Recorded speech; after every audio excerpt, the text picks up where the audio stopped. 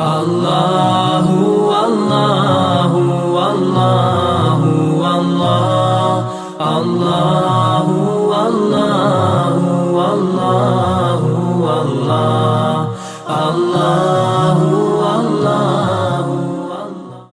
یہ جو آپ نے سوال پوچھا ہے، کسی خاتون کا خدشہ آیا ہوا تھا اور وہ پریشان تھیں کہ میں دوسری شادی کے پہلے قائل نہیں تھی، لیکن حالات اور واقعات نے مجھے مجبور کر دیا کہ میں کسی مرد کی دوسری بیوی بن جاؤں، اور مردوں کو بہت ترغیب دی۔ وہ خط میں نے پورا پڑھا ہے، پھر جن عالم نے اس کا جواب دیا وہ جواب بھی میں نے آڈیو اس کی سنی ہے، اور آپ نے اس جواب کا جو تجزیہ لکھا ہے، یہ اسی کے جو سوالات ہیں اسی کو میں پڑھ کے اس کا جواب دیتا ہوں کہ آپ نے جو اس کا تجزیہ کیا ہے یہ 11 نقطوں میں کیا ہے کہ ان عالم نے جو اس خاتون کو جواب دیا اور یہ کہا ہے کہ دوسری شادی کی اجازت ہے ان شرطوں کے ساتھ۔ ان عالم کا جو میں نے کلپ سنا ہے، مجھے اس میں لگا ہے کہ وہ دوسری شادی کی حوصلہ شکنی کر رہے ہیں۔ ان کا یہ نظریہ ہے، ہمارے لیے سب علماء قابل احترام ہیں، ہم علماء کی خاک کے برابر بھی نہیں ہیں، لیکن یہ چونکہ موضوع بہت حساس ہے تو اس لیے میں آپ کے اس سوال کا جواب دے رہا ہوں، ورنہ میں اس قسم کے سوالات کا جواب نہیں دیتا۔ کسی عالم نے کوئی کلپ بھیجا ہو تو اس کا جواب دوں، یہ تو ایک ایسا ہوتا ہے جیسے آپس میں لڑانے والی سی ایک صورت بن جاتی ہے، لیکن یہ چونکہ موضوع بہت حساس ہے اس لیے میں سمجھتا ہوں کہ دیانتداری کے خلاف ہوگا کہ اگر میں اس رائے سے اگر متفق نہیں ہوں تو ٹوٹا پھوٹا جو اللہ نے ہم جیسے نالائقوں کو علم دیا ہے اس کی روشنی میں اگر میں بات نہیں کرتا تو یہ بھی خیانت ہوگی۔ تو اس کو ہرگز یہ نہ سمجھا جائے کہ میں کسی عالم سے اپنے آپ کو افضل سمجھ رہا ہوں یا ان کی میں توہین کر رہا ہوں یا ان کی میں کمتر ہونے کا قائل ہوں، ہرگز ایسا نہیں ہے۔ یقیناً مجھ سے علم اور مرتبے میں وہ بڑے ہوں گے، لیکن ظاہر بات تو وہی کی جائے گی جو قرآن و سنت کی بات ہے اور جو زمینی حقائق کی بات ہے۔ آپ نے جو مجھے ان کا آڈیو کلپ سنایا اس میں ان کے دلائل کا جو آپ نے تجزیہ کیا، اور میں بھی دیکھ رہا ہوں یہ وہی تجزیہ ہے جو انہیں یہ باتیں جو انہوں نے کلپ میں کی ہیں۔ ان میں ایک پہلی بات یہ کہ انہوں نے کی ہے کہ بھئی دوسری شادی کی شرط یہ ہے کہ شوہر کو حاجت ہو، صرف شوق پورا کرنے کے لیے دوسری شادی غلط ہے۔ تو یہ بات بھی قرآن و سنت کے بالکل خلاف ہے۔ میری کتاب ہے ایک سے زائد شادیوں کی ضرورت، اس کتاب میں نے مفصل دلائل سے یہ بات ثابت کی ہے کہ اسلام میں اصل حکم زیادہ شادیاں ہیں، یہ ضرورت کی بیس پر نہیں ہے، بلکہ اصل حکم یہی ہے کہ زیادہ شادیاں کی جائیں۔ ہاں کوئی نہیں کر سکتا تو وہ ایک پر اکتفا کرے۔ تو یہ تعبیر بھی غلط ہے کہ جس کو ضرورت ہو وہ شادی کرے۔ پہلی شادی بھی جیسے ضرورت نہ بھی ہو تو بھی مستحب ہے، سنت ہے، اور ضرورت ہو یعنی اتنی ضرورت ہے کہ آپ کو اگر ڈر ہے کہ میں نے شادی نہیں کی تو مجھ سے گناہ ہو جائے گا، میں زنا میں پڑ جاؤں گا یا اور کوئی گناہ میں پڑ جاؤں گا، تو پھر ایسی صورت میں پہلی شادی واجب ہے۔ لیکن اگر ایسی آپ کو ضرورت نہیں ہے تو بھی سنت تو ہے، کیونکہ نبی صلی اللہ علیہ وسلم نے نکاح کی ترغیب دی ہے۔ اسی طرح دوسری شادی کی اگر آپ کو ضرورت ہے، اور ضرورت اس حد تک ہے کہ اگر آپ نے دوسری شادی نہیں کی تو آپ کو ڈر ہے کہ میں کسی گناہ میں پڑ جاؤں گا، تو اس ضرورت میں تو دوسری شادی واجب ہے۔ سنت عام حالات میں ہے، جب آپ کو ضرورت نہیں ہے تو سنت ہے کہ آپ 4 بیویاں رکھیں۔ وجہ اس کی ہے کہ آپ کو اگرچہ ضرورت نہیں ہے لیکن قوم کی عورتوں کو ضرورت ہے اس کی۔ معاشرے میں لاکھوں بیوہ عورتیں ہیں، لاکھوں کنواری عورتیں، جیسے کہ اس خاتون کا خط آپ نے مجھے دکھایا، ان کے سر کے بال سفید ہو گئے۔ یہ تو ایک خاتون کا خط تھا، میرے پاس تو صبح شام پتہ نہیں کتنے فون آتے ہیں، اور سب علماء کے پاس آتے ہیں، سب علماء کے پاس خواتین کی درخواستیں آتی ہیں کہ آپ ہماری شادی کے لیے دعا کریں، رشتوں کے لیے دعا کریں۔ اس کا مطلب ہے کہ بہت بڑا المیہ ہے، خواتین کے نکاح نہیں ہو رہے۔ بعض لوگ اس کا حل یہ بتاتے ہیں کہ بھئی جو مرد نکاح نہیں کر رہے ان کو مجبور کیا جائے کہ وہ نکاح کریں۔ کتنے کنوارے ہیں جن کی ایک بھی نہیں ہوئی، تو یہ بات غلط ہے۔ ایک تو مردوں کی تعداد کم ہے، اس پہ الگ دلائل ہیں، میں زیادہ بات کو لمبا نہیں کھینچوں گا۔ مرد کم ہیں، حادثات میں مردوں کی ہلاکتیں زیادہ ہوتی ہیں۔ دوسری بات یہ کہ جب وہ نالائق مرد اپنی ذمہ داری پوری کر کے ایک شادی نہیں کر رہے تو جو لوگ دینی حلقوں سے جڑے ہوئے ہیں ان کی ذمہ داریاں ہیں کہ پھر وہ اس ذمہ داری کو نبھائیں اور وہ 2 شادیاں کر لیں۔ حضرت تھانوی رحمہ اللہ تعالیٰ نے بیان القرآن میں جو ترجمہ کیا ہے اس میں ظن غالب کا لفظ استعمال کیا ہے کہ اگر تمہیں غالب گمان ہو کہ تم عدل نہیں کر سکتے، اندیشہ کی بات نہیں ہے۔ دیکھیں ویسے بھی خوف کسی چیز سے جب ہی پیدا ہوتا ہے جب آپ کو اس کے وجود کا غالب گمان ہو، ورنہ وسوسوں کی حد تک تو ہر چیز کا ہر وقت اندیشہ ہے۔ کیا یہ اس وقت اندیشہ نہیں کہ بم پھٹ سکتا ہے یہاں پہ، لیکن آپ کیا ڈر رہے ہیں بم سے؟ جب آپ کو کسی ثقہ آدمی کی طرف سے خبر پہنچے گی کہ یہاں اللہ نہ کرے بم رکھا ہوا ہے یا کہ یہاں کوئی ایسا حادثہ ہونے والا ہے تو آپ کے دل میں خوف پیدا ہوگا۔ حالانکہ اس خبر کے جھوٹا ہونے کا بھی امکان ہے، لیکن آپ کو غالب گمان ہوگا بھائی یہ خبر صحیح ہو سکتی ہے۔ تو خوف کا جو لفظ قرآن میں استعمال کیا ہے، اس کی جو تفسیر کی گئی ہے وہ یہ کہ اندیشہ یا محض خطرہ یا یہ کہ وہم نہ ہو، بلکہ خوف ایک وجودی چیز ہے۔ تو اس کا ترجمہ جو کیا گیا ہے مفسرین نے، تمہیں اگر غالب گمان ہے کہ تم عدل نہیں کر سکتے، احکام اسلام عقل کی نظر میں، اس میں حضرت تھانوی نے، حضرت حکیم الامہ نے یہ بات لکھی ہے کہ عورتوں کی تعداد اکثر و بیشتر مردوں سے زیادہ رہتی ہے۔ تو اب سوال پیدا ہوتا ہے جب مردوں سے زیادہ ہے تو اس کا حل کیا ہے آپ کے پاس؟ ظاہر اس کے علاوہ کوئی حل نہیں ہے کہ آپ ایک مرد کو دوسری شادی پہ مجبور کریں، اور اگر معاشرے کے کچھ مرد ایک بھی نہیں کر رہے تو پھر اس قوم کے ذمہ دار مردوں کی ذمہ داری اور بڑھ جائے گی، یعنی دوسری شادی کی اہمیت اور بڑھ جائے گی، اس لیے کہ بھئی جو کرنے والے تھے ایک، وہ ایک بھی نہیں کر رہے، تو اب عورتوں کا بوجھ زیادہ آ رہا ہے۔ جیسے اس خاتون نے ایک مثال دی ہے کہ ڈوبتے ہوئے آدمی کو نکالنے کے لیے اگر حکومت نے کچھ لوگوں کو سمندر میں اتارا کہ بھئی آپ 4 آدمیوں کو نکالو، اب وہ ایک کو نکال رہے 3 کو نہیں نکال رہا، تو اس کا مطلب کیا ہے؟ وہ اس کو آمادہ کیا جائے گا بھائی تم 2-3 کو نکالو، لیکن اگر وہ ایک کو بھی نہ نکالے تو پھر جو 4 کو نکال رہا ہے اس کی ذمہ داری بڑھے گی کہ وہ 4 کے بجائے 5 کو نکالے، اب وہ 6 کو نکالے، کیونکہ قوم کو مرتا دیکھتے ہم کسی صورت میں نہیں مرتا دیکھ سکتے، تو ذمہ داریاں بڑھتی چلی جائیں گی۔ تو قوم کے اگر باصلاحیت لوگ ایک شادی بھی نہیں کر رہے تو دیندار لوگ اور جو خانقاہوں سے جڑے ہوئے لوگ ہیں ان کی ذمہ داری اور بڑھ گئی ہے کہ پھر وہ نکاح اور کثرت سے کریں تاکہ ان قوم کی عورتوں کو ٹھکانہ ملے اور ان کو باعزت کفالت ملے، یہ بھی نظر کی حفاظت کر سکیں، یہ بھی عفت اور پاک دامنی کے ساتھ زندگی گزار سکیں۔ تو میں پہلی بات جو بیان کرنا چاہتا ہوں کہ یہ تعبیر میں سمجھتا ہوں غلط ہے کہ شوہر کو حاجت ہو تو وہ کرے، ایسا نہیں ہے، حاجت نہ بھی ہو تو بھی کرے، کیونکہ قوم کی عورتوں کو اس بات کی حاجت ہے کہ مرد ان کی کفالت کریں۔ حضرت نے یہ بھی فرمایا کہ صرف شوق پورا کرنے کے لیے نہ ہو، تو یہ بھی تعبیر میں سمجھتا ہوں کہ میری رائے کے مطابق صحیح نہیں ہے۔ اسلام میں نکاح شوق پورا کرنے کے لیے بھی جائز ہے۔ جیسے پہلی شادی اگر کوئی شوق پورا کرنے کے لیے کر رہا ہے کہ اسے عورت اچھی لگتی ہے، تو بھئی یہ تو اللہ نے عورت کو پیدا ہی مرد کے لیے کیا، اللہ نے عورت کو حسن دیا ہی اس لیے ہے کہ مرد کی اس کی طرف طبیعت مائل ہو، ایک دوسرے سے دور رہنے کے لیے نہیں پیدا کیا، لیکن اس کا ایک طریقہ بتا دیا کہ اگر تمہیں کوئی عورت اچھی لگ رہی ہے تو ایک حرام طریقہ ہے، ایک حلال طریقہ ہے۔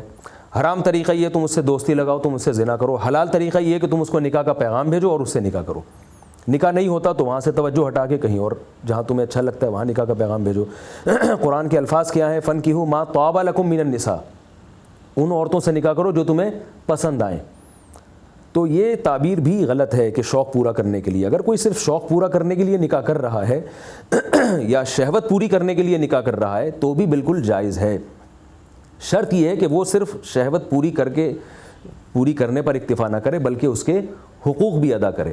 تو جس بات کو زیادہ فوکس کرنا چاہیے وہ یہ نہیں ہے کہ شہوت پوری کرنے کے لیے نکاح کر رہا ہے یا صرف ثواب حاصل کرنے کے لیے کر رہا ہے، اصل چیز یہ ہے کہ حقوق ادا کرنے کا ارادہ ہے یا نہیں ہے، اور حقوق ادا کرنے کی صلاحیت ہے یا نہیں ہے، جس پہ میں آخر میں بات کروں گا انشاءاللہ کہ آج کل مردوں میں یہ صلاحیت ہے یا ختم ہو گئی ہے۔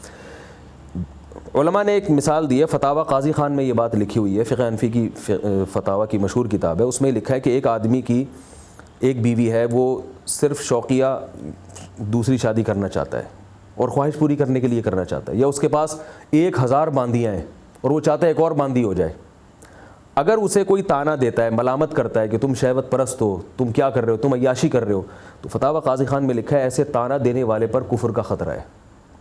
وجہ اس کی ہے کہ قرآن مجید میں اللہ نے فرمایا کہ والذین هم لفروجہم حافظون، اہل ایمان کی علامت ہے کہ وہ اپنی شرمگاہوں کی حفاظت کرتے ہیں، الا علی ازواجہم، سوائے اپنی بیویوں کے اور باندیوں کے۔ باندیوں کا رواج ختم ہو گیا، اب صرف بیویاں ہیں۔ تو فرمایا کہ فمن ابتغى وراء ذلک، جو بیوی کے علاوہ کوئی اور راستہ چاہے گا شہوت پوری کرنے کے لیے، فاولئک هم العادون، یہی لوگ ہیں جو اللہ کی حدود سے تجاوز کرنے والے ہیں۔ اور فرمایا کہ جو بیوی کے ذریعے خواہش پوری کرے گا تو اس کے بارے میں فرمایا فإنہم غیر ملومین، یہ لوگ قابل ملامت نہیں ہیں۔ تو پتہ یہ چلا کہ اگر آپ نکاح کرتے ہیں صرف شہوت پوری کرنے کے لیے، خواہش کے لیے، یا عام زبان میں کہوں گا مزے اڑانے کے لیے آپ نکاح کر رہے ہیں، لیکن کر نکاح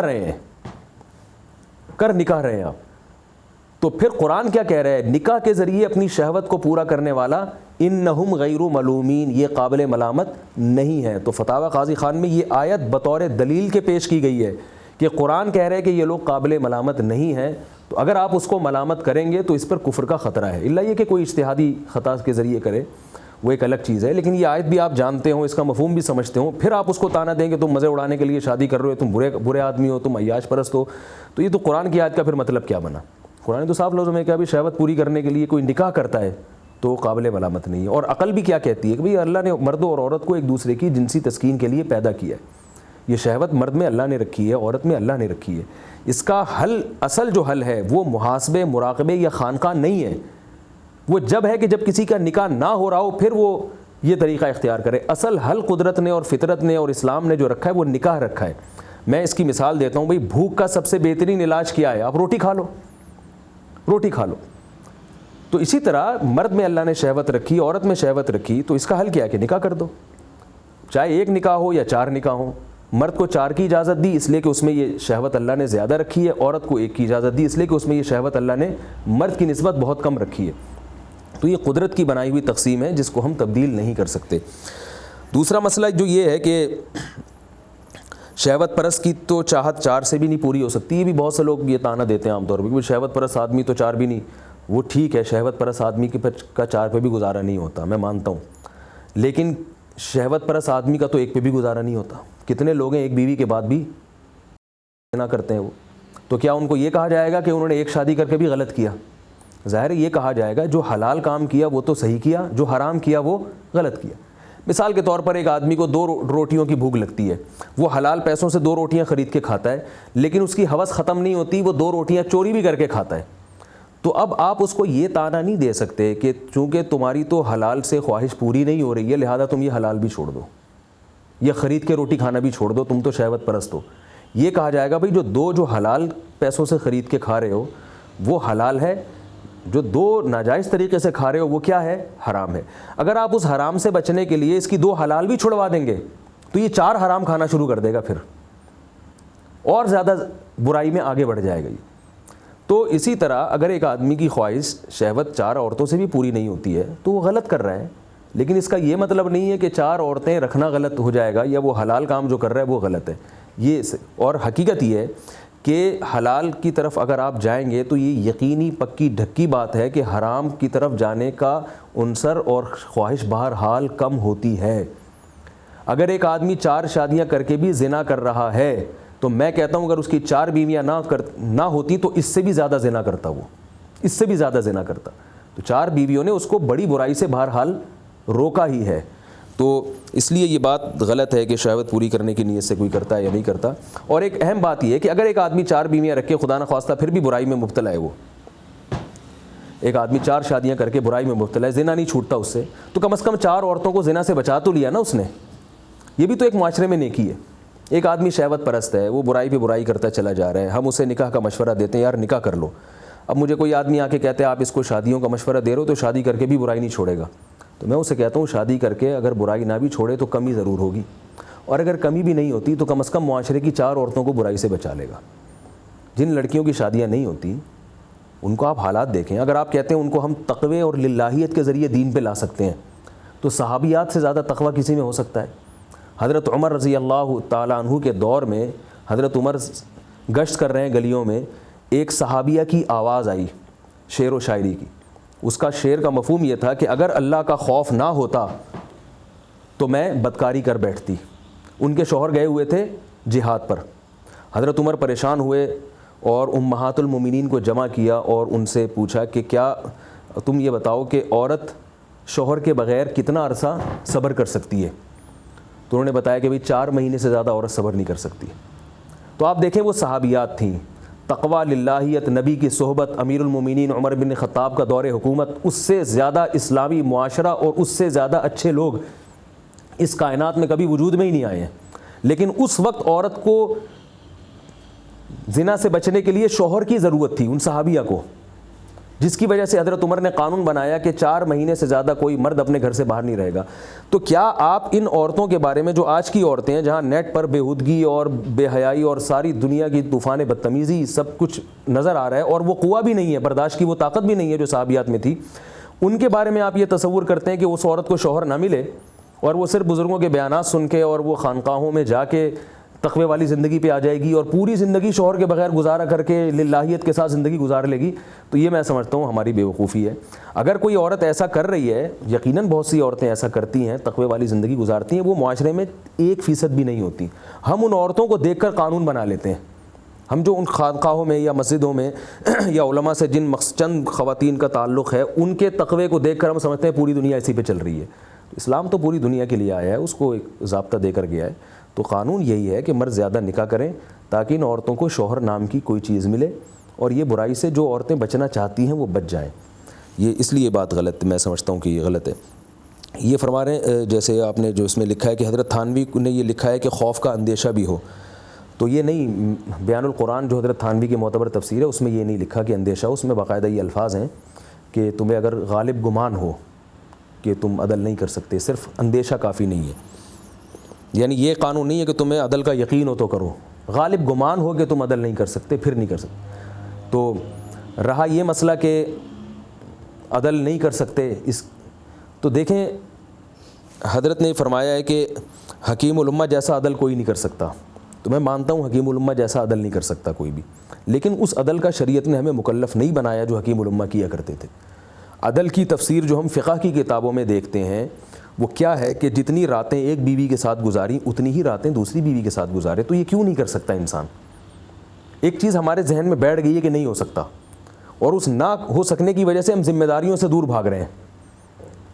یہ تو جان چھڑانے والی بات ہو گئی نا۔ میں یہ کہتا ہوں کہ جیسے یہ فیصلہ کرنا کہ میں عدل کر سکتا ہوں یا نہیں کر سکتا، یہ اس میں حضرت فرما رہے ہیں کہ شیخ سے پوچھو، تو اس میں بھی شیخ سے پوچھنا چاہیے کہ میں عدل نہیں کر سکتا، وہ بتائے گا کہ آپ کر سکتے ہو، آپ ذمہ داریوں سے بھاگنے کے لیے بول رہے ہو کہ میں عدل نہیں کر سکتا۔ آج جو لوگ دوسری شادی سے دور بھاگتے ہیں وہ اس لیے کہ وہ ذمہ داریوں سے دور بھاگنا چاہتے ہیں، لہذا ہر آدمی کے زبان پہ میں عدل نہیں کر سکتا، میں ان سے پوچھتا ہوں کہ آپ کو اگر علاقے کے کونسلر کے لیے کھڑا کیا جائے تو آپ جناب فوراً اپنا نام پیش کر دو گے؟ تو کیا حاکم بننے کے لیے عدل کی صلاحیت کا ہونا ضروری نہیں ہے؟ حدیث میں آتا ہے اولاد میں برابری بھی ضروری ہے۔ اگر آپ یہ کہیں کہ میں بچے ہی نہیں پیدا کروں گا کہ کسی اولاد کے ساتھ ظلم نہ ہو جائے، تو یہ تو نہیں، حدیث میں تو آتا ہے اولاد کی کثرت کی ترغیب ہے۔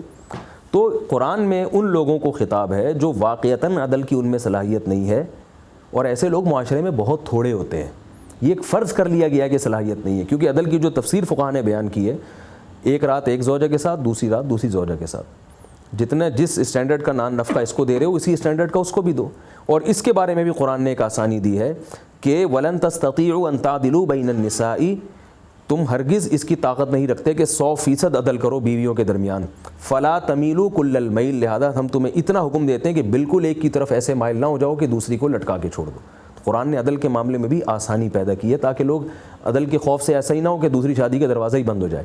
تو قرآن کہہ رہا ہے کہ تم 100% عدل نہیں کر سکتے، لہذا ہم تم سے 100% عدل نہیں چاہتے، ہم یہ چاہتے ہیں کہ اتنا زیادہ ڈس بیلنس نہ ہو جائے کہ ایک زوجہ کو لٹکا کے چھوڑ دو، کوشش کرتے رہو برابری کی، تھوڑی بہت کمی کوتاہی ہوئی تو اللہ تعالیٰ اس کو معاف کرنے والے ہیں۔ یہ تو قرآن نے اپریشیٹ کی ہے اس میں، تو جس چیز کی قرآن حوصلہ افزائی کر رہے ہیں ہم اس کو کیوں بنیاد بنا کے بالکل اس کا دروازہ ہی ختم کر دیں؟ کہ یہ کہنا کہ عدل کی صلاحیت ختم ہو گئی ہے، یہ اس لیے بھی غلط ہے کہ یہ اللہ پہ گویا ایک قسم کا الزام ہے کہ اللہ تعالیٰ عورتیں تو کثرت سے پیدا کر رہا ہے، اور ان کی کفالت کے لیے جو مرد پیدا کر رہا ہے ان مردوں میں ان عورتوں کی کفالت کی صلاحیت اللہ نے ختم کر دی ہے۔ قرآن تو کہہ رہا ہے کہ ایسا نہیں ہوتا، اِنَّا كُلَّ شَيْءٍ خَلَقْنَاهُ بِقَدَرٍ، ہم نے ہر چیز کو ایک تناسب سے اندازے سے پیدا کی ہے۔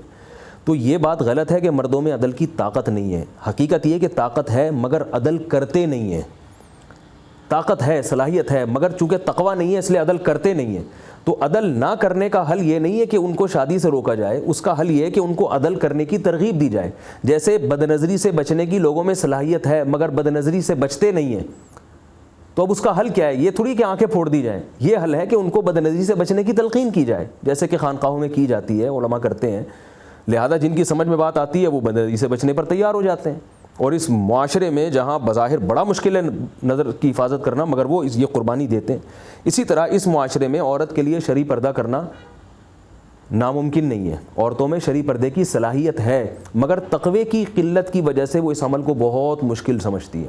اب اس مشکل کا حل یہ نہیں ہے کہ ہم کمپرومائز کر لیں، بلکہ حل کیا ہے کہ ہم ان کو اس عمل پر اکساتے ہیں کہ بھائی مشکل تمہیں لگ رہا ہے، تھوڑا تقوی پیدا کرو، اللہ کا خوف پیدا کرو، تو یہ مشکل اللہ تمہارے لیے آسان کر دے گا۔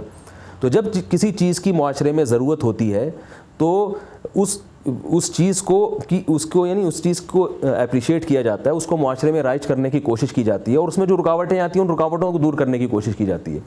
اگر معاشرے میں دوسری شادی کی ضرورت ہے, جیسے کہ اس عورت کے خط سے پتہ چل رہا ہے, اور جو آپ نے عالم کا کلپ بھیجا وہ بھی قائل ہیں کہ اس عورت نے صحیح کہا, تو جب دوسری شادی کی ضرورت ہے اور آپ کو پتہ ہے عدل کے بغیر دوسری شادی کی اجازت نہیں ہے, تو پھر آپ عدل کو بنیاد بنا کے دوسری شادی کی حوصلہ شکنی نہیں کریں گے, بلکہ لوگوں کو عدل پہ لانے کی کوشش کریں گے کہ بھائی جو لوگ عدل نہیں کرتے وہ اللہ کا خوف کریں.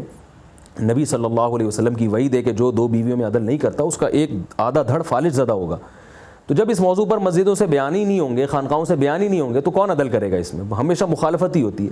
اور عدل نہ کرنے کی ایک بہت بڑی وجہ بھی یہ بھی ہے کہ دوسری شادی کرنے والے کی مخالفت اتنی ہوتی ہے معاشرے میں کہ وہ بیلنس نہیں رکھ پاتا اس مخالفت کی باعث. تو یہ مخالفت کم ہوگی, اس کی حوصلہ افزائی ہوگی, تو اس کے لیے برابری کرنا آسان ہوگا. تو بہرحال خلاصہ یہ نکلا کہ جب معاشرے میں ایک چیز کی ضرورت مسلم ہے تو اس کی راہ میں جو رکاوٹیں ہیں ان رکاوٹوں کو دور کرنے کی کوشش کی جاتی ہے, ان رکاوٹوں کو بنیاد بنا کر اس کام سے اجتناب کرنے کی کوشش نہیں کی جائے گی. اور یہ بھی ذہن میں رکھیں کہ ایک شادی بھی کی اجازت بھی اس وقت ہے جب آپ اس کے ساتھ عدل کر سکتے ہو. قرآن کی جو آیت ہے وَإِنْ خِفْتُمْ أَلَّا تَعْدِلُوا فَوَاحِدَةً أَوْ مَا مَلَكَتْ أَيْمَانُكُمْ کہ فَانْكِحُوا مَا طَابَ لَكُم مِّنَ النِّسَاءِ, نکاح کرو تم 2 3 4 عورتوں سے, اور اگر تم خطرہ ہے کہ عدل نہیں کر سکتے تو ایک عورت سے نکاح کرو, ورنہ باندیوں پہ اکتفا کرو. اس کی حضرت قتادہ نے تفسیر کی ہے کہ اگر تم 4 عورتوں سے نکاح کرو, اگر 4 کے ساتھ عدل نہیں کر سکتے تو 3 کے ساتھ نہیں, تو 2 کے ساتھ نہیں تو 1 کے, اور اگر 1 کے ساتھ بھی عدل و انصاف نہیں کر سکتے تو باندی پہ. تو ایک شادی میں بھی یہ شرط ہے کہ آپ اس کے حقوق ادا کر سکتے ہو. لیکن اگر کسی معاشرے میں لوگ بیویوں کے حقوق ادا کرنا چھوڑ دیں تو کیا یہ طریقہ صحیح ہے کہ آپ لوگوں کو شادی سے ہی منع کر دیں, یا یہ طریقہ بہتر ہے کہ ان کو حقوق پہ لانے کی کوشش کریں؟ میں سمجھتا ہوں اگر آپ اس بنیاد پہ یہ کہیں گے کہ شادی حرام ہو گئی ہے تو عورتوں کے ساتھ اور زیادہ ظلم ہوگا, ان کو جو بنیادی حقوق ملنے تھے وہ بھی نہیں ملیں گے.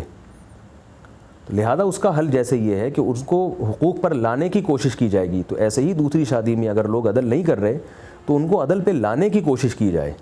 یہ نہیں کہ اس کو بنیاد بنا کر دوسری شادی ہی کی حوصلہ شکنی کر دی جائے, یہ غلط ہو جائے گا. یہ بھی حضرت فرمایا کہ مشورہ بغیر دینی ضرورت کے میں نہیں دے سکتا, خاص ضرورت ہے یعنی اس کا مشورہ کسی بڑے سے لے. تو میں سمجھتا ہوں یہ بھی بات درست نہیں ہے, کیونکہ حلال چیز کے لیے رکاوٹیں کھڑی کرنے سے نا ایک حلال کام مشکل ہوتا ہے اور حرام آسان ہو جاتا ہے. دوسری شادی کو اپنے بڑوں کے سامنے یہ ثابت کرنا کہ مجھے اس کی ضرورت ہے, یہ ایک بہت بڑا معرکہ ہے, کیونکہ اس کے لیے آپ کو یہ ثابت کرنا پڑے گا میں بہت شہوت پرست ہوں, مجھے ایک سے گزارا نہیں ہو رہا. وہ پھر سوال ہوگا کہ کیوں نہیں ہو رہا, تو بھائی بیوی میں کیا خرابی ہے. بھائی یہ تو جیسے ایک آدمی کو بھوک لگتی ہے, وہ خود جانتا ہے کہ مجھے کتنی روٹیاں کھانی ہیں, 1 کھانی ہے, 2 کھانی ہے, روٹی کھانی ہے, چاول کھانے ہیں, مجھے عورت کی حاجت ہے یا نہیں ہے, ایک بیوی سے میرا گزارا ہو رہا ہے. تو یہ مبتلا بہی کی رائے کا اعتبار ہے اس میں. تبھی یہ جو آیت ہے نا وَإِنْ خِفْتُمْ أَلَّا تَعْدِلُوا فَوَاحِدَةً أَوْ مَا مَلَكَتْ أَيْمَانُكُمْ کہ تمہیں اگر ڈر ہو کہ تم عدل نہیں کر سکتے. اس بارے میں علامہ زاہد الکوثری جو بہت بڑے عالم ہیں, ہمارے تمام اکابر ان کو بڑی عظمت کی نگاہ سے دیکھتے ہیں, مصر کے بہت بڑے عالم تھے, انہوں نے لکھا ہے کہ اس میں جو ہے نا مبتلا بہی کی رائے کا اعتبار ہے, یعنی جو کرنا چاہ رہا ہے نا اس کی اپنی رائے کا اعتبار ہے.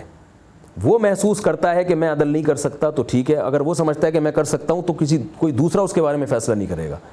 اسی طرح قرآن میں جو آتا ہے فَانْكِحُوا مَا طَابَ لَكُمْ, تم 2 3 3 یا 4 نکاح کرو ان عورتوں سے جو تمہیں پسند آئیں, مَا طَابَ لَكُمْ جو تمہیں پسند آئیں.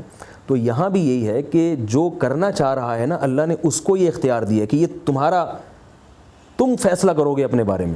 مشورہ کسی سے بھی لیا جا سکتا ہے, شیخ سے بھی, وہ تو لینا چاہیے, لیکن اس بارے میں کوئی اپنی رائے کو زبردستی مسلط نہیں کر سکتا. یعنی اگر شیخ منع کر دیتا ہے کہ میرا مشورہ یہ ہے کہ آپ نہ کریں, تو شیخ کی پابندی اس صورت میں لازم نہیں ہے, کیونکہ شریعت میں جب 2 ٹوک لفظوں میں کسی چیز کی اللہ نے اجازت دے دی ہو تو اس میں پھر شیخ کی اطاعت لازم نہیں ہوتی, کیونکہ وہ پھر شریعت سے ایک قسم کا ٹکراؤ ہو رہا ہے کہ اللہ کہہ رہے ہیں کہ میری طرف سے تمہیں اجازت ہے اور شیخ کہہ رہے ہیں کہ پابندی ہے. تو ہاں اگر مشورے کی حد تک شیخ منع کر رہے ہیں کہ بھئی تمہارے اندر صلاحیت نہیں ہے, تو مشورہ تو کوئی بھی دے سکتا ہے, تو شیخ بھی دے سکتے ہیں مشورہ, لیکن وہ یہ ساری چیزیں جانتے ہوں, معاشرے کی ضرورت جانتے ہوں. تو اور میں نے بتایا کہ یہ جو بات ہی شروع سے غلط ہے کہ شیخ سے یہ ثابت کرے کہ مجھے ضرورت ہے, شیخ کے سامنے پھر شیخ فیصلہ کریں. ضرورت پر بنیاد ہی نہیں ہے, ضرورت نہیں بھی ہو تو آپ کر سکتے ہیں, اس لیے کہ معاشرے کو ضرورت ہے, خواتین کو ضرورت ہے اور ہمیشہ سے رہی ہے. تبھی صحابہ تو اس کا اتنا خیال کیا کرتے تھے ان چیزوں میں جو چیزیں حلال ہیں. حضرت مغیرہ ابن شعبہ رضی اللہ تعالیٰ بل حضرت حذیفہ ابن یمان نے ایک عیسائی عورت سے نکاح کیا, ان کو پیغام بھیجا. حضرت عمر نے کہا تم نے اس کو طلاق دے دو.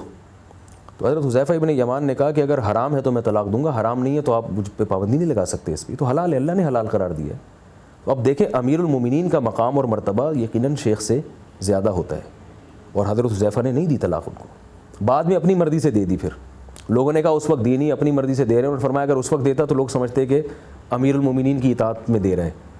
تو جب وہ اتنا زیادہ قرآن پر حریص تھے کہ ایک چیز قرآن میں جب منصوص ہے, بالکل دو ٹوک لفظوں میں ہے, تو اس میں امیر المومنین جو حاکم کی اجازت ضروری نہیں ہے, جبکہ اللہ نے امیر کی اطاعت کا تو قرآن میں حکم دیا ہے. تو اس لیے دوسری شادی میں شیخ کی اجازت کا یا اپنے بڑوں کی اجازت کا یا والدین کی اجازت کا یہ ضروری نہیں ہے. اگر یہ آپ شیخ تو چلے خیر خواہی کا فیصلہ کرے گا, لیکن والدین کیا کرتے ہیں کہ وہ اپنے مفاد دیکھتے ہیں. میں ایسے والدین کو جانتا ہوں, اپنی بیٹی طلاق یافتہ ہے, اس کو دوسری شادی پہ دے دیا, لیکن جناب جب بیٹا دوسری شادی کرنے پر آ رہا ہے کسی طلاق یافتہ سے, تو اس سے منع کر رہے ہیں وہ والدین. تو اس دنیا میں ہر آدمی اپنے مفاد کے بارے میں سوچتا ہے, تو اللہ نے سب کے مفاد کو سامنے رکھ کر قانون بنایا اور مرد کو کھلے عام اس کی اجازت دی ہے. یہ بھی فرمایا کہ صحابہ کے قوا بہت مضبوط تھے اور ان کو ذہنی فراغت بہت تھی. یہ تو شاید میں سمجھتا ہوں کہ حضرت کی رائے ہے, لیکن ہم سمجھتے ہیں کہ ذہنی فراغت تو صحابہ کو نہیں تھی. وہ تو اتنے زیادہ مصروف تھے, اس وقت اسلام کمزور تھا, دنیا میں غالب کرنا تھا اسلام کو, تو وہ تو جہاد میں بھی مصروف تھے اور پتہ نہیں کن کن باتوں میں مصروف تھے. اور جہاد اور علم, بلکہ جہاد اور غربت, یہ دو چیزیں ایسی ہیں جو انسان کو ایک شادی بھی نہیں کرنے دیتی, کیونکہ جہاد میں انسان سفر میں رہتا ہے, ہر وقت ڈر رہتا ہے میں کبھی بھی شہید ہو جاؤں گا. تو دوسری شادی سے روکنے والی دو بنیادی رکاوٹیں, ایک جہاد اور ایک غربت, یہ دونوں صحابہ میں علی وجہ الکمال موجود تھیں. کوئی آدمی مسلسل سفر میں رہتا اور اس کو ڈر ہو کہ میں کبھی بھی قتل ہو سکتا ہوں, تو وہ تو ایک نہیں کرتا کہ یار میری بیوی بیوہ ہو جائے گی. صحابہ تو 24 گھنٹے ان کی زندگیاں جہادوں میں گزری ہیں, اور غربت بے انتہا, کھانے کو کئی دنوں تک روٹی نہیں ملتی تھی. لیکن ان دو رکاوٹوں کے باوجود وہ کثرت سے نکاح کر رہے ہیں, جبکہ آج ہمارے ہاں یہ دونوں رکاوٹیں موجود نہیں ہیں. لوگ بیٹھے رہتے ہیں, پڑے رہتے ہیں, اور پیسہ بھی ماشاءاللہ بہت ہے کھانے کو. جب دوسری شادی کی بات آتی ہے تو کہتے ہیں غریب ہوں, لیکن صبح ناشتہ دیکھو تو ناشتے میں آپ کو انڈے بھی نظر آئیں گے, پراٹھے بھی نظر آئیں گے, مکھن بھی نظر آئے گا, ڈبل روٹی بھی نظر آئے گی, چائے بھی نظر آئے گی, دودھ بھی نظر آئے گا, اوولٹین بھی نظر آئے گا, ساری دنیا کی ساری چیزیں ہیں. پھر لنچ بھی ہو رہا ہے, پھر ڈنر بھی ہو رہا ہے, ڈنر میں آج یہ پک رہا ہے, کل وہ پک رہا ہے. اور کمال کی بات یہ کہ ایسے لوگ خانقاہ میں 100 آدمیوں کو کھانا کھلا رہے ہیں اپنے خرچے پہ, لیکن ایک عورت کو باعزت بیوی بنا کے لا کے رکھنے کی جب بات ہوتی ہے تو کہتے ہیں ہمارے اندر صلاحیت نہیں ہے, غریب ہیں, یا ہم خرچے کیسے اٹھائیں گے. تو میں سمجھتا ہوں کہ یہ ایک لاشعوری طور پر ہمارے دماغوں میں شاید یہ چیز آ گئی ہے جس کا حقائق سے کوئی تعلق نہیں ہے. تو صحابہ میں یہ دونوں چیزیں تھیں. رہا یہ کہ صحابہ کے قوا مضبوط تھے, اس لیے وہ دو کرتے تھے. دیکھیں صحابہ کی قوتیں دونوں لحاظ سے مضبوط تھی, اگر وہ ایک بھی نہ کرتے پھر بھی صبر کر سکتے تھے, وہ اتنے طاقتور تھے. آج اس لحاظ سے تو ٹھیک ہے ویسی جنسی قوتیں نہیں ہیں جیسی صحابہ میں تھیں, لیکن ویسا صبر بھی نہیں ہے.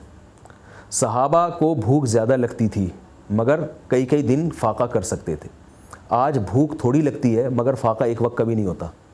آج اگر نوجوان پر آپ حلال پہ پابندیاں لگائیں گے تو وہ زنا کی طرف جائے گا, کیونکہ اس میں صحابہ جیسا تقویٰ اور صحابہ جیسی قوت نہیں ہے کہ وہ اپنے آپ کو روک لے برائی سے. تو اس پہلو کو بھی دیکھنا چاہیے.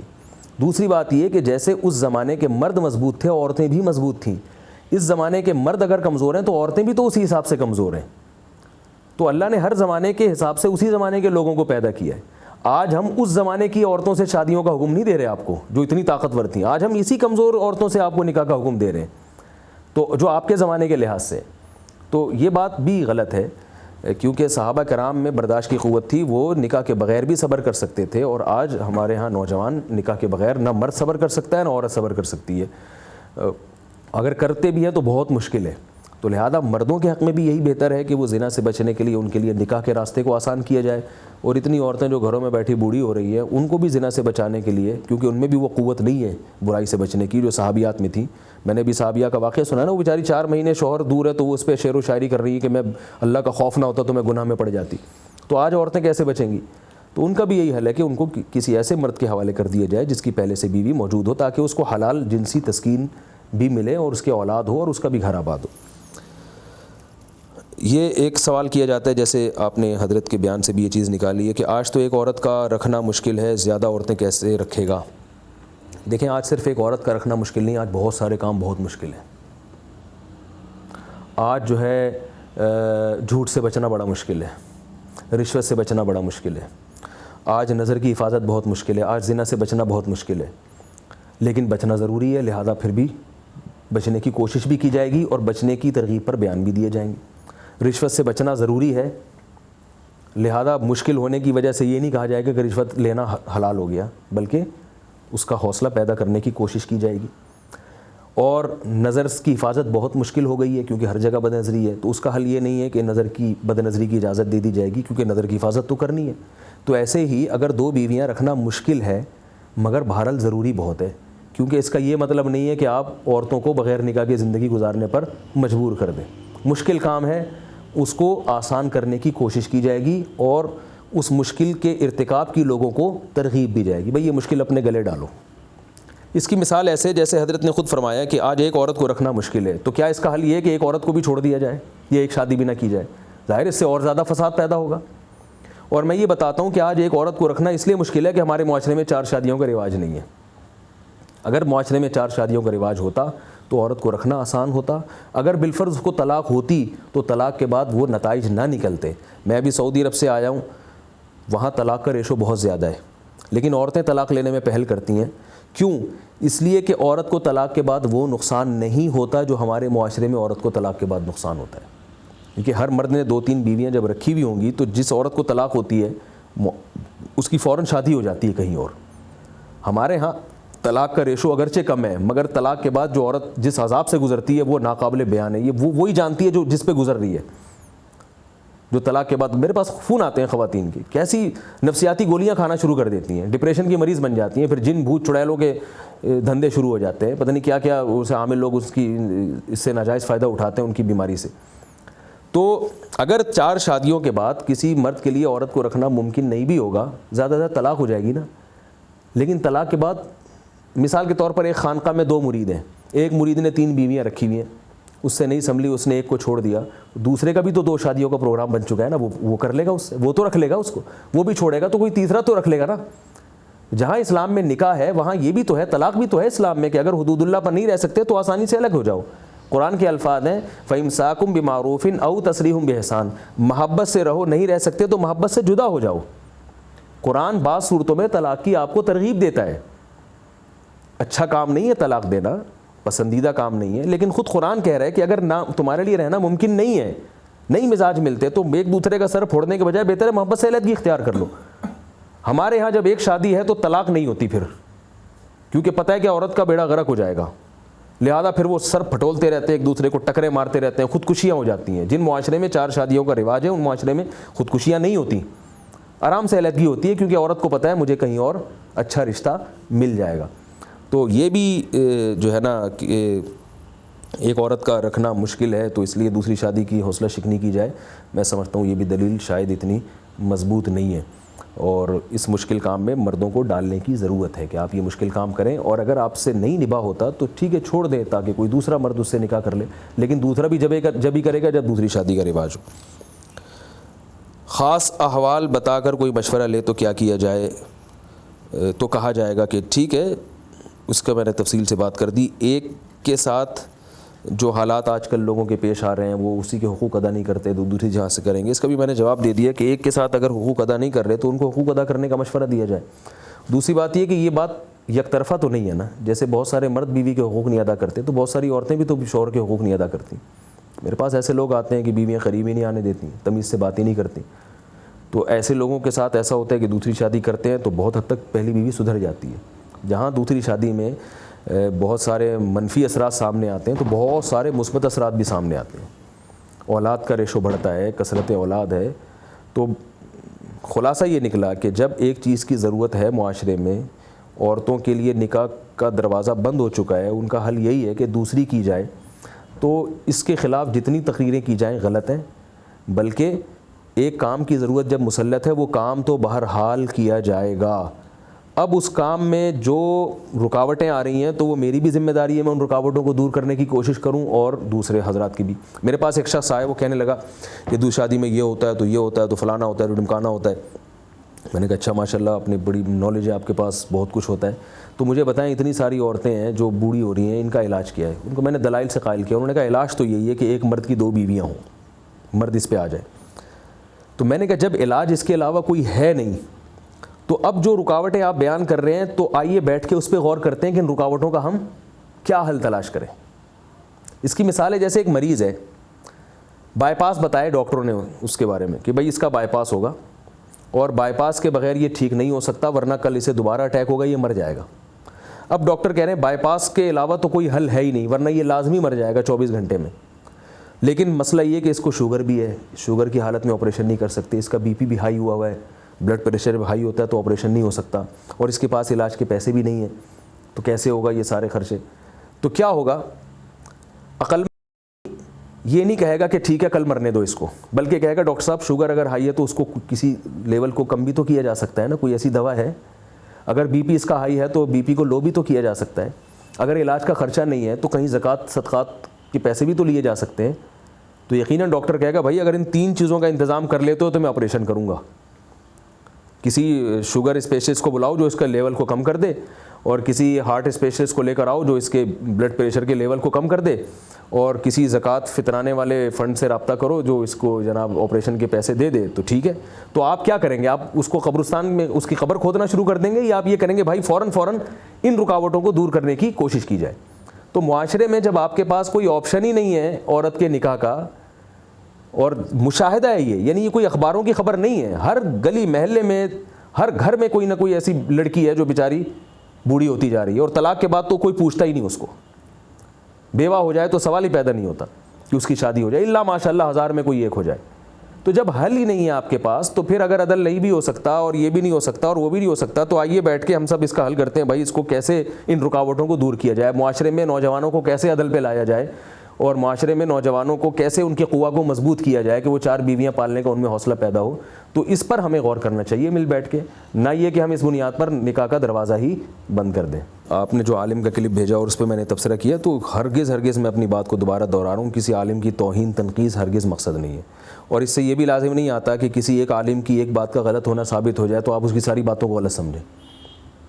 میں کچھ باتیں کر دیتا ہوں بیان میں تو لوگ مجھے بتاتے ہیں کہ آپ کی یہ بات غلط ہے, تو اب اس کا یہ مطلب تو نہیں کہ میری ساری باتیں غلط ہو جائیں گی. تو یہ تو سب اکابر میں, بڑے بڑے بزرگوں میں یہ بات رہی ہے کہ وہ بعض دفعہ کوئی ایسی بات کرتے تھے جو دلائل کی دنیا میں قوی نہیں ہوتی تھی. لیکن اس کا یہ مطلب لینا کہ اس عالم سے عقیدت اور محبت چھوڑ دی جائے اور اس کو غلط سمجھنا شروع کر دیں کہ ان کو کچھ بھی نہیں آتا, یہ تو غلط بول رہے ہیں, یہ چیز غلط ہے. تو علماء کسی بات میں کسی سے اختلاف کر سکتے ہیں اور ہر ایک کے پاس دلائل ہوتے ہیں, تو جس کو جس کے دلائل سمجھ میں آ رہے ہیں اس کو فالو کریں, مگر اس بنیاد پر کسی دوسرے سے اگر تعلق ہے تو تعلق ختم نہ کریں, اس سے عقیدت ہے تو عقیدت ختم نہ کرے. کیونکہ ایسا آدمی جو بات بات پہ علماء سے بدکتا ہے اور وہ پھر دنیا میں کسی کام کا بھی نہیں رہتا, اسے پھر کسی سے نہ عقیدت ہوتی ہے نہ محبت ہوتی ہے. تو 100% کامل تو صرف رسول اللہ صلی اللہ علیہ وسلم تھے. تو اس لیے یہ, کیونکہ اکثر علماء اسی طرح کی باتیں کر رہے ہیں, صرف ایک عالم کی بات نہیں ہے, اکثر علماء یہی باتیں کرتے ہیں جو آپ نے مجھے بتائی ہیں. تو میں ان کی باتوں پہ رد کرتا ہوں, مگر میرے دل میں کسی عالم کی ذرا بھی تنقیص نہیں آتی. حتیٰ کہ میرے شیخ و مرشد تک بھی دوسری شادی کے بہت عرصہ خلاف رہے ہیں, تو میں نے تو نہ ان سے اصلاحی تعلق ختم کیا اور نہ ان سے میرے دل میں کوئی, میں تو کہتا ہوں جتنا اللہ ٹوٹا پھوٹا مجھ سے کام لے رہے ہیں میرے شیخ و مرشد کی میں نے جوتیاں سیدھی کی اس کی برکت سے لے رہا ہے. لیکن بات تو وہی ہوگی جو قرآن و سنت کی ہے. نہ ہم اس بنیاد پر ان سے عقیدت کم کرتے ہیں نہ ختم کرتے ہیں, اور اس راستے پہ بھی ہمیں انہوں نے ہی ڈالا ہے. ہم تو سمجھتے ہیں کہ یہ بھی ہم جو بات کر رہے ہیں تو انہی کی برکت ہے, انہی سے تعلق کی برکت ہے جس کی وجہ سے یہ کام ہو رہا ہے. اور کسی عالم کی توجہ 100% سارے مسائل کی طرف نہیں جاتی. ان کی توجہ جن چیزوں کی طرف جا رہی ہے, بہت ساری اہم چیزیں ہیں, ان کی طرف ہماری توجہ نہیں ہے, وہ زیادہ ہم سے کام کر رہے ہیں. تو اس بنیاد پر ہم اس سے عقیدت کرتے ہیں. اگر کسی ایک چیز میں ہم ان سے اختلاف کریں گے تو یہ مطلب نہیں ہوتا کہ آپ ان کی علمیت کے قائل نہیں ہیں یا ان کے تقوی کے قائل نہیں ہیں, یا آپ لوگوں کو مشورہ دے رہے ہیں کہ ان سے تعلق ختم کر دیں, یہ پھر جہالت کی بات ہو جاتی ہے. اللہ اللہ اللہ اللہ اللہ